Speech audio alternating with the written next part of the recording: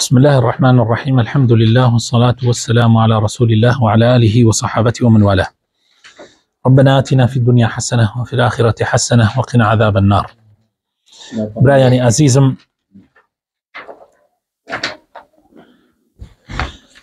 درسی یەکەممان یەکەم حەدیثە لە قۆناغی یەکەمی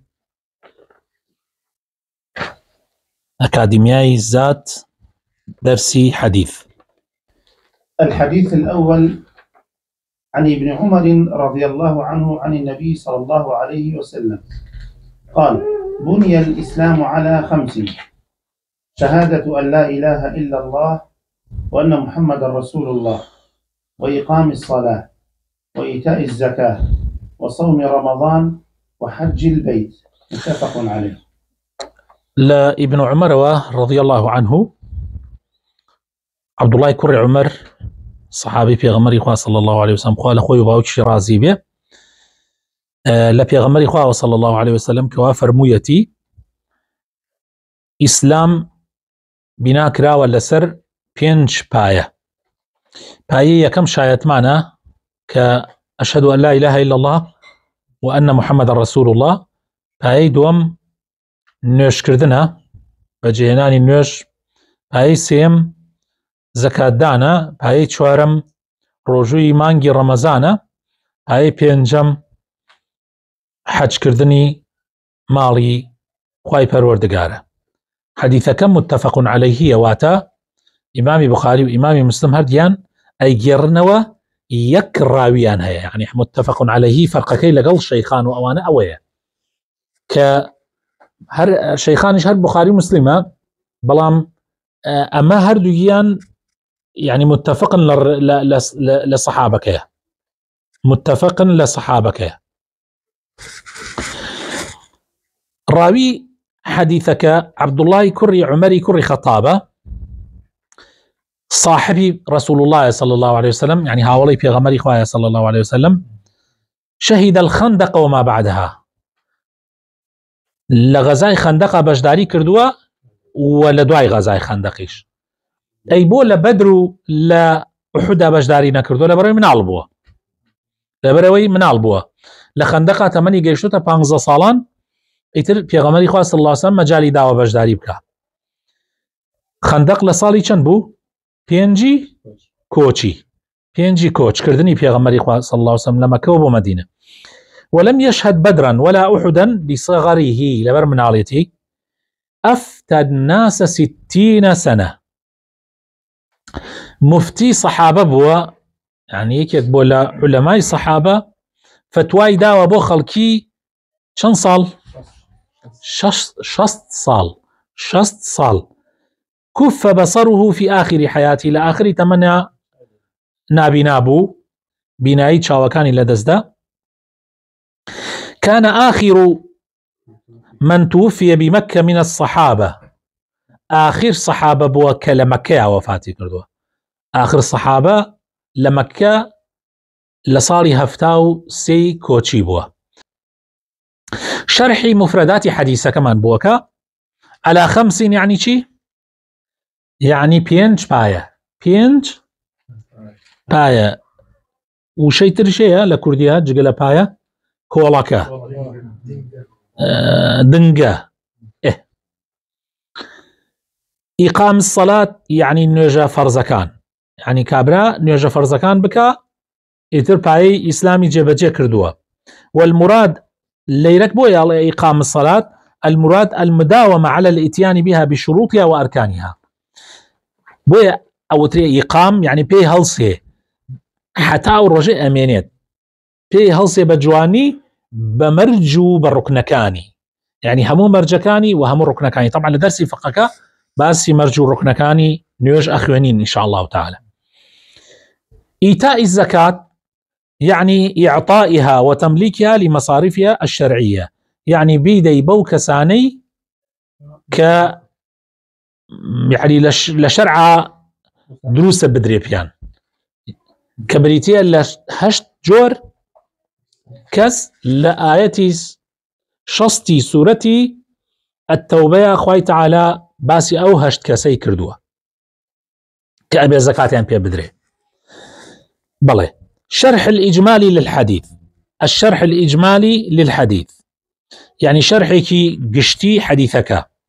أركاني إسلام بينجا شهادتان يعني شايتمان، إقامة الصلاة، إيتاء الزكاة، صيام رمضان، حج البيت، بس مانك. فهذه كالدعائم للبنيانه، أما وكو كولكي بناي إسلام واية فلا يثبت البنيان بدونها. شون بنايك ببي أو ببي كولك كان ناتواني برابو وستي عينا إسلام ببي أم كولك كان رانا وستي هيج كسيك إسلام بوني هيج كسيك ببي أم كولك كان رانا وستي. وبقية خصال الإسلام كتتمة البنيان.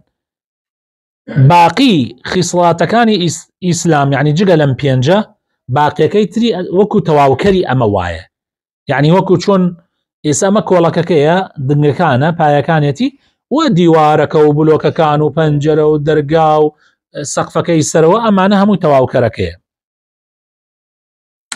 فإذا فقد منها شيء نقص البنيان.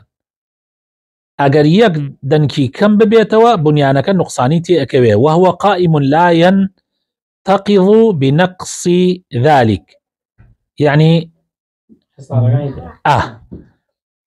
بنايك أجر نقصاني دانيك لوانا كاني تر لو كاني تر نقصاني شتي بكوي بنيانك وك خوي أوسته بنيانك وك خوي أوسته بلام أمانة أجر نقصاني بكوي تناوي لنجي أكيوت بنيانكوا.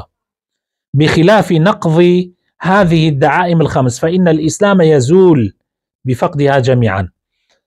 بتايبت نيوش ككولك سركيكيه طبعا شايتمان بيشي نيوش يعني أمانة هردانكي خوابنا أمام ده بروخي يترو بناية بالراسي كسناور اللي جيرادانشي. وكذلك يزول بفقد الشهادتين الركن الأعظم وزوالها يكون بالإتيان بما يضادها ولا يجتمع معها. هل وها شايتمان كالركن أعظمكيه.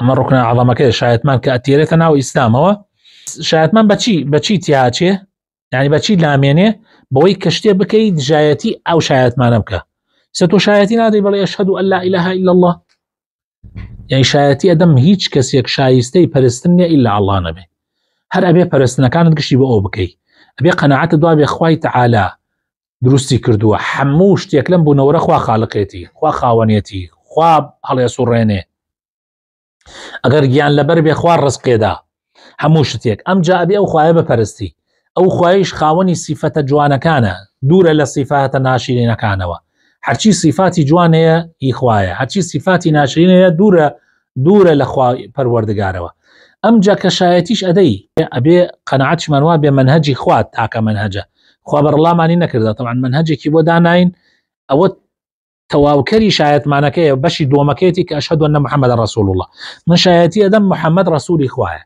بيامبرا أو بيام إخواه هنا وبو إيما بيامكش بريتي لقرآن خواه تعالى عبدكاني إخوي لسرزويا بر الله نكردوا بيامي بوناردون تاوكو خل سري بچه ريبازيك تا خلق بيروي بكا أجر خلق أو ريبازة بيرو بكا سرفرازة بي أجر بيروي نكا بدبختو قرب سر أبي أما زور قرنجا كاتي تو ألي أشهد أن لا إله إلا الله نابي شريك بأخوة قرار دي كاتي كيش ألي أشهد أن محمد رسول الله نابي لمنهجي خوالا دي يعني بيدع بكي لمنهجي خوالا بدي أما زور قرنجا أبي إما بيزانين هرشتك لما أنا بكري دجي أم شايت مانا أو هالوشين روي شايت مانا كي وفنا من ده.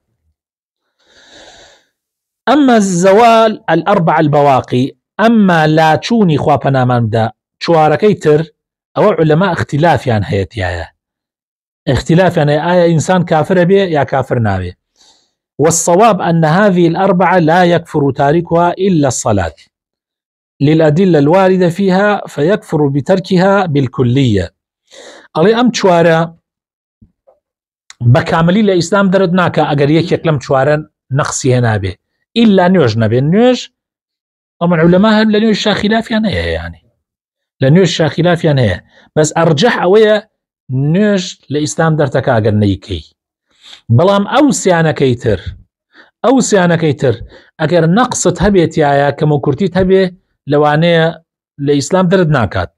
بەڵام ئەگەر باوەڕیان پێنەکەی خوا پەنامەمدە لە ئیسلام دەرتەکە. یعنی کابرا بڵێ کۆرە بابە زەکاتی چی زەکاتی چی زەکات نادەم، یەکی مەسەن بڵێن بابە حەجی چی حاجات نەعوذ بالله هەیە واڵێ یان ڕۆژوو ڕەمەزان هەیە ئەڵێ ڕۆژوو ڕەمەزان هەندیەوە ئەمانە خوا پەنامەمدە پێی کافرە بن. بەڵام هەر کەسێ باوەڕی پێ هەبێ بەڵام لەبەر تەمەڵی جارجار ڕۆژوو بگرێ و جارجار نەیگرێ و جارجار زەکاتەدا و خێرەکە و بەڵام گوێی ناداتێ و زۆر ئینی نەکردو و یا پارەی هەیە بەڵام خەمی حەجی نییە خەمی نییە ئەمانە پێی کافر نابن بەڵام زۆر خەتەرە بۆ دینەکە. ئیسە برا کاتی ئەوانەیشی وا ئەڵێن مەسەلەن ئەڵێن ئینسان ئەگەر نوێژ نەکا کافر نابێ خۆنیان وتووە بۆ خۆی و کەیفی خۆی پادرێشکە بانگەکرێ لە مەحکەمە 3 ڕۆژ تەوبە ئەدرێ دوای 3 ڕۆژەکە تۆبەی نەکرد ئەکوژرێ تێگەی لە قەورسانی مسلمانە ئەنێژرێ ماڵەکەی ئەبێ بە وەرەسەی مناڵەکانی. بەڵام ئەگەر کافر بێ لە قەورسان مسلمانە نانێژێ و ماڵەکەشی نابێ بە وەرەسە بۆ مناڵەکانی حکومەتەی بە تێگەن وەرەسەی ئەگەر کافرش بێ وەرەسەی باوکو کە سوکاریشی نابە معلومە و تەلاقیشی نامێنێ. طبعا تەلاقی چێ ژنەکە یەکسەر لێ حرامە بێ یەکسەر تەلاقەکەی نامێنێ لەگەڵ کە ئەگەر کافر بێ. بەڵام مەسئلەی نوێژ وەکوتمان لە هەمووی حەساسترە و ئەدیلەکانی نوێژیش زیاتر مەیلانن بەسەر ئەوەیە کە کابرا کافرە بێ حتا ئەگەر باوەڕشی پێ هەبێ چونکە معقول نییە باوەڕی هەبێ بە نوێژ و نایکە. ئەو نوێژەی کە ئیسە هیچ یعنی لەمانەی تر لە ڕوکنەکانی تر هەنێ جارەیە هەنێ عوزرەیە یعنی مەسئلە مەجال لەدا هینینەکەی بۆ منە ڕۆژوو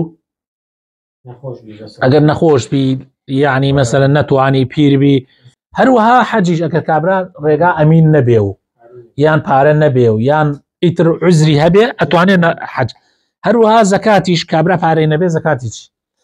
بەڵام نوێژ مەجاڵی تیانی نوێژ براینە هەر لەو ڕۆژەوە بالغ بی بەر لە بالغ بوونیش ئەبێ فێر نوێژ بکرێت لە 7 ساڵانەوە لە 10 ساڵان نەیکرە بێ لی بدرێ مناڵ بالغ بوو ئیتر واجبە بێ لەسەری حتا کەی کاک دکتۆر باشە ئەگەر نەخۆش بێ لەسەرێکەوێ ئەگەر بە پێوە نەیتوانی بەدانشت نەیتوانی بەڕاکشان ئەگەر هەموو گیانی مردە بێ ئەبێەوە سەری بیکە توانی دەستنوێژ بگرێ بە جوانی باشە نەیتوانی تەیەمومەکە ئەگەر نەیتوانی تەیەموم بکات وەسائلی تەیەموم نەبوو هەر ئەبێ بیکە. ینی نوێژ مەجالی تیانە براینە بۆیە یعنی ئەدیلەکان کە ئەگەر کەسێ نەیکرد زۆر مەیلانە بەسەرەوەی کە خوا پەنامەمدە کافرە بێ. فائیدەکانی ئەم حەدیثە 7 فائیدەی هێناوەتەوە لەیرە. سودەکانی ئەم حەدیثە یەک هذا الحديث أصل عظيم في معرفة الشريعة وعليه اعتمادها وقد جمع أركان الإسلام كاملة فهو أحد قواعد الإسلام وجوامع الأحكام.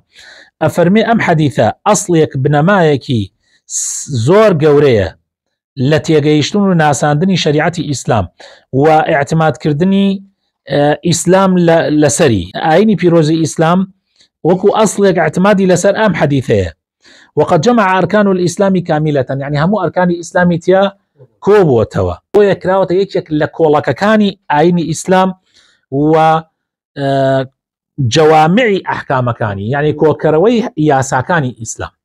دوهم وجه الحصر في هذه الخمس أن العبادة إما قولية وهي شهادتان أو فعلية وهي الحج والصوم والزكاة والصلاة. يعني الله ليرى حصري ئاینی ئیسلام کراوە لەم پێنجە چونکە عیبادەت یان ئەوە تانیە قەولیە یان فعلیە. شایەتمان ئەوە قەولیە زەکاتیش فعلیە هەروەها ڕۆژوش فعلیە نوێژ و حج بشيكي قولية وبشيكي فعلية. فبني الإسلام العظيم على هذه الدعائم الخمس من أجل امتحان العباد في بذل المحبوب وإجهاد البدن. أفرمي إسلام بناكرا ولا سر أم بينج كولكا قوريا مزنة بو أوي خوي تعالى عبدكاني خوي بي تعقية كاتو امتحانك لبخشيني خوشويست أرى خوشويست وانيا وقت خوشويست وانيا بجهناني مالو منال كاتي أشي بو حج بجهناني خوشويست كان وإجهاد البدن وماندو كردني جاستش للرجوع للنيوجا للحجة للزوربي عبادة كان إجهادي بدني شيتيايا جاءمت امتحانه بو عبدكان. سيم قدمت الشهادتان على باقي الأركان، يعني شايتمان بيشي أركان كاني تخراوة بوشي لأنهما الأصل، شكا شايتمان أصل الذي يبنى عليه كامل الأعمال، شنك أما أصل بنمايا حمو عمل كاني تر لسر أما بناكري أم جدواء ونيوش، شنك نيوش العماد الأعظم للإسلام عمودا قوركي الإسلام. أم جاء زكاة لأنها قرينتها في كتاب الله غالبا للزور بي آياتكاني قرآن قريني نيوجا نيوج زكاة نيوج زكاة. وللمناسبة بين العبادة البدنية والمالية، ومناسبة كيا قنجاندنيا كيا لبين عبادتي بدني وعبادتي مالي لقرآن. أم جاء خوي تعالى باسي روجي كردو أم جاء باسي حجي كردو بو لكونهما جامعا للعبادتين المالية والبدنية. روجو حج روجو چيا عبادتي چيا بدنية، حجيش هم بدني وهم ماديشة ماليشة. لم يذكر الحديث شوارم لم يذكر الحديث الإيمان بالأنبياء والملائكة وغير ذلك، لأن الشهادة تتضمن تصديق الرسول صلى الله عليه وسلم فيما جاء به، فيستلزم جميع ما ذكر صلى الله عليه وسلم من المعتقدات. ألي باشا بوشي لمريا لم حديثه باسي إيمان بملائكة وإيمان ببيغمبران وبكتاب آسمان كانوا أما باس نكره وبو چونك لشايتمان أوشي بركوي، يعني كاتي باسي كاتي شايت ألين شايتمان ركني عظمة لشايتمان لبشي يكمي شايتمان إيمان بخوايتياه لبشي دوهمي شايتمان حمو أركان كاني تري إيمانيتياه، چونك تو شايتي دي كبيغمبر صلى الله عليه وسلم رسولي خواه وانيا كوابو هرشي أو فرمويتي يويستو إيمان فيها به. بينجم الحث على إقامة الصلاة وفعلها قويمة مستقيمة وأنها ركن من أركان الإسلام. هان تدا لسر إقامة صلاة لسر كردني نيوش براستي وبدروستي وتيتقينيك نيوشيا ركنيك لركن قوركان الإسلام. ششم الحظ على إيتاء الزكاة، هان تدا لسر زكاة دان وصوم رمضان وحج البيت، وأنها من أركان الإسلام كبقية الأركان، يعني أمانة لأركان قوركان إسلاما. حوت لم يذكر الجهاد في الحديث، مع العلم جهاد زور قوريه بس لم حديثة باس نكراوه لأحد الأمرين لبريك لم دشته، إما لأنه لم يكن فرض إذ ذاك يان لبر أوي يشتا تأم حديثة وتراوه يشتان جهاد فرز نكرابو، أو لأنه من فروض الكفايات وما ذكر في الحديث فرائض الأعيان. عليه بو جهاد باس نكراوه لم حديثة لبر يكي لم دوشته، يان لبر أوي لكاتي أم حديثة لكاتي كبيغمر أم حديثة فرمو يشتان جهاد فرز نكراوه، يان لبر أوي چونك جهاد لأصلا فرضي كفاية، يعني أجر كوملك لمسلمانان بيكن يعني لسر باقيكية كفية، أجر أو كوملك كافي بن لسر باقيكية كفية، يعني لهندي كاتا جهاد بفرض عين لسر دانا مسلمانان، بلام أم فرزاني كباس كراوة لم حديثة هەمووی باسی فەرضی عینە لەسەر گشت مسلمانێک ئیکە لەم دوانەیە. بەڵێ ئەمجا هەندێک شتی لەم لە ملاحەزاتی داوە کۆتایی بە دەرسەکەمان دێنین. ئەڵێ مسلمانانی ئەهلی سنە متفقن کە ئەو ئیماندارەی کە پێی ئەو وترێ ئەهلی قیبلە و لە جەهەنەما خالد نییە ئەو ئیماندارەیە کە اعتقد بقلبه دين الإسلام اعتقادا جازما خاليا من الشكوك ونطق بالشهادتين. أو مسلمانية كلنا ودلوا إيمانك تواوي هي ببيع شك وجمان كوا إسلام حقا إسلام ديني خوايا وحرشيش بيغمر فرميتي راسته وبدمي الشايتمان بينيت وكو عقيدة باوري هبيا كحقا أم جاب دميش بيله أم كسا يعني أم كسا يعني أو كسي كوابك أهلي قبلية وخالدني لأجري جهنم. إذا اقتصر الكافر على قول لا إله إلا الله ولم يقل محمد رسول الله فالمشهور من مذاهب العلماء أنه لا يكون مسلما. أجر كابرايك بس شايتمان بيني بشي يكمي بشي دومي نهيني أويك مشهورة لمذهب علماء أهل السنة وجماعة ألين أو كسا مسلمانية. چونك پیغمبری خواه فرمی صلی الله علیه وسلم امرت ان اقاتل الناس حتى يشهدوا ان لا اله الا الله وان محمد رسول الله. لحديث هاتوا كبيغمبری خواه صلی الله علیه وسلم فرمویتی فرمانم پیکراوه لقل خلقیا بجنگم تا شاهدمان ان اهينن كبلين اشهد ان لا اله الا الله واشهد ان محمد رسول الله. اگر او شاهدمان هنا يتر تواو يترو كاتا امر بينكراوه بجنگم نكرانا أنا مسلمانة كوابو لقل لا إله إلا الله وتويتي محمد رسول الله كوابو هردو يبستوه بيكوا ويحرواش ثانية براينة يعني أقر تو باورت بتنياي خواها بي أبي باور رشتوا بيك بيغمري خواه بيانبري أو خوايا أقر شايتي أو ندي كوابو إيمانكت كامل نية. صلى الله وبارك على حبيبنا محمد وعلى آله وصحابته أجمعين.